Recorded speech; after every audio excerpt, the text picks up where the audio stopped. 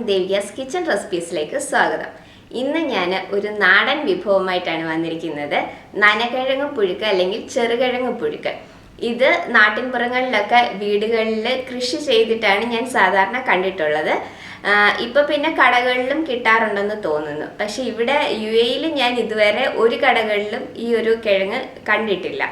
അപ്പം എനിക്കിവിടെ ഇപ്പം ഇത് കിട്ടിയത് എൻ്റെ ഹസ്ബൻഡിൻ്റെ അച്ഛനും അമ്മയും നാട്ടിൽ നിന്ന് വന്നപ്പോൾ കൊണ്ടുവന്നതാണ്. ചേട്ടൻ്റെ വീട്ടിൽ ഇത് കൃഷി ചെയ്യുന്നുണ്ട്. അപ്പം അങ്ങനെ അച്ഛനും അമ്മയും വന്നപ്പം നാട്ടിൽ നിന്ന് കൊണ്ടുവന്നതാണിത്. അപ്പം ഇതിൻ്റെ കൂടെ ഞാനൊരു ഉള്ളി ചമ്മന്തിയും കൂടെ കാണിക്കുന്നുണ്ട്. അത് പിന്നെ മിക്കവർക്കും അറിയാവുന്നതായിരിക്കും. ഈ ചെറുകിഴങ്ങ് പുഴുക്കും ഈ ഉള്ളി ചമ്മന്തിയും കൂടെ നല്ല ടേസ്റ്റാണ്. അപ്പം കിട്ടുന്നവർ ഉറപ്പായിട്ടും ഒന്ന് ട്രൈ ചെയ്ത് നോക്കണേ. അപ്പം നമുക്ക് വീഡിയോയിലേക്ക് പോകാം. അപ്പോൾ നമുക്ക് നനകിഴങ്ങ് അല്ലെങ്കിൽ ചെറുകിഴങ്ങ് പുഴുക്കുണ്ടാക്കാം. അപ്പോൾ ഇതാണ് നനകിഴങ്ങ് എന്ന് പറയുന്നത്.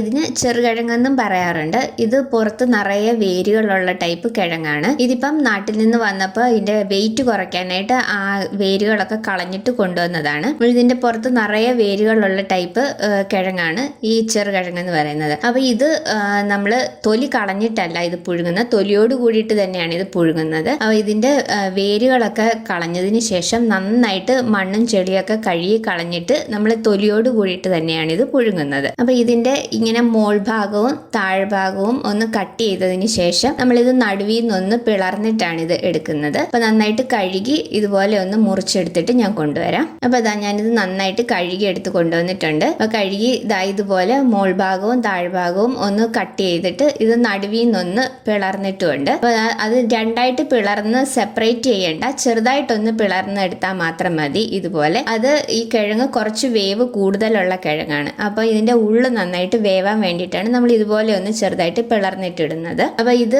വേവ് കൂടുതലുള്ള കിഴങ്ങായതുകൊണ്ട് തന്നെ നമ്മളിത് കുക്കറിലാണ് വേവിക്കുന്നത്. അതിന് പകരം നമുക്ക് പാത്രത്തിൽ വെച്ച് വേണമെങ്കിലും വേവിച്ചെടുക്കാം. പക്ഷെ കൂടുതൽ സമയം എടുക്കും. കുക്കറിലാവുമ്പോൾ ഒരു 2 വിസിൽ മതി. അതുകൊണ്ട് തന്നെ നന്നായിട്ട് വെന്ത് കിട്ടും. അപ്പൊ ഇതിനെയും പുഴുങ്ങിയെടുക്കാനായിട്ട് നമുക്ക് കുക്കറിലേക്ക് ഇട്ട് കൊടുക്കാം.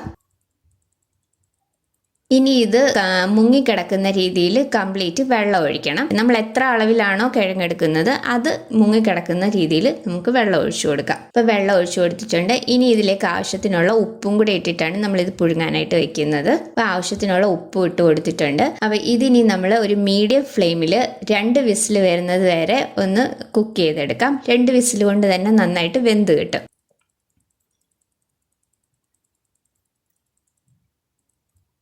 അപ്പോൾ ഇത് വെന്ത് വരുന്ന സമയം കൊണ്ട് നമുക്ക് ഇതിലേക്കുള്ള ചമ്മന്തിയും കൂടെ ഒന്ന് ഉണ്ടാക്കിയെടുക്കാം. അപ്പോൾ അതിന് വേണ്ടിയിട്ട് ഞാനിവിടെ ചെറിയുള്ളിയാണ് എടുത്തിരിക്കുന്നത്. 15ഓളം ചെറിയുള്ളി എടുത്തിട്ടുണ്ട്. അപ്പോൾ ഈ ചമ്മന്തിക്ക് ചെറിയുള്ളിയാണ് കൂടുതൽ ടേസ്റ്റ്. സവാളയെക്കാട്ടിലും കൂടുതൽ ടേസ്റ്റ് ചെറിയുള്ളിയാണ്. ഇനി ഞാനിവിടെ പച്ചമുളകാണ് എടുത്തിരിക്കുന്നത്. 6 പച്ചമുളക് എടുത്തിട്ടുണ്ട്. ഇത് നല്ല എരിവുള്ള പച്ചമുളകാണ് 6 എണ്ണം എടുത്തിരിക്കുന്നത്. അപ്പോൾ ഇത് രണ്ടും കൂടെ നമുക്ക് മിക്സിയുടെ ജാറിലിട്ട് നന്നായിട്ടൊന്ന് ചതച്ചെടുക്കണം. അപ്പോൾ ഇതിലേക്ക് നിങ്ങൾക്ക് പുളി വേണമെങ്കിൽ ചെറിയൊരു കഷ്ണം പുളിയും കൂടെ ചേർത്ത് കൊടുക്കാം. നമ്മൾ സാമ്പാറിലൊക്കെ പിഴിഞ്ഞ് ചേർക്കുന്ന പുളി ചെറിയൊരു കഷ്ണം അതും കൂടെ ചേർത്തിട്ട് നമുക്കിത് ചതച്ചെടുക്കാം. പക്ഷെ ഞങ്ങൾ ഇവിടെ പുളി ചേർക്കാറില്ല. അതുകൊണ്ട് ഞാനിപ്പോൾ പുളി എടുക്കുന്നില്ല. നിങ്ങൾക്ക് വേണമെന്നുണ്ടെങ്കിൽ ചെറിയൊരു കഷ്ണം പുളിയും കൂടെ ഇട്ടിട്ട് ചതച്ചെടുത്താൽ മതി. ഒരുപാട് അങ്ങ് അരഞ്ഞു പോകരുത്.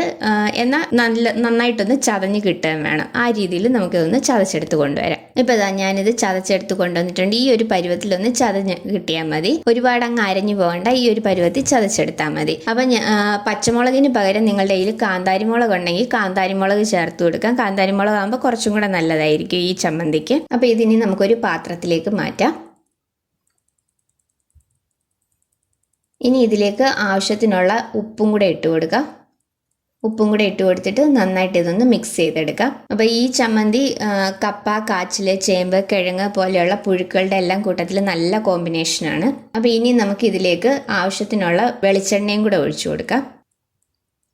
ഒരു നാടൻ ചമ്മന്തി ആയതുകൊണ്ട് വെളിച്ചെണ്ണ ഒഴിക്കുന്നതായിരിക്കും കൂടുതൽ ടേസ്റ്റ്. അപ്പോൾ ഞാൻ 2 ടേബിൾ സ്പൂൺ വെളിച്ചെണ്ണ ഒഴിച്ചു കൊടുത്തിട്ടുണ്ട്. അതും കൂടെ ഒഴിച്ച് നന്നായിട്ട് ഇതെല്ലാം ഒന്ന് മിക്സ് ചെയ്തെടുക്കാം. അപ്പോൾ ഈ ചമ്മന്തി മിക്കവർക്കും ഉണ്ടാക്കുവാൻ അറിയാവുന്നതായിരിക്കും. പിന്നെ ഞാൻ ഇതിൻ്റെ കൂടെ ഉണ്ടാക്കിയത് കൊണ്ട് ഇതും കൂടെ കാണിച്ചെന്നുള്ളതേ ഉള്ളൂ. അപ്പോൾ നമ്മളുടെ ഉള്ളി ചമ്മന്തി ഇവിടെ റെഡി ആയിട്ടുണ്ട്. അപ്പോൾ നമ്മളുടെ കുക്കറിൻ്റെ പ്രഷറൊക്കെ മാറിയിട്ടുണ്ട്. അപ്പോൾ ഇനി നമുക്കിതൊന്ന് തുറന്ന് നോക്കാം.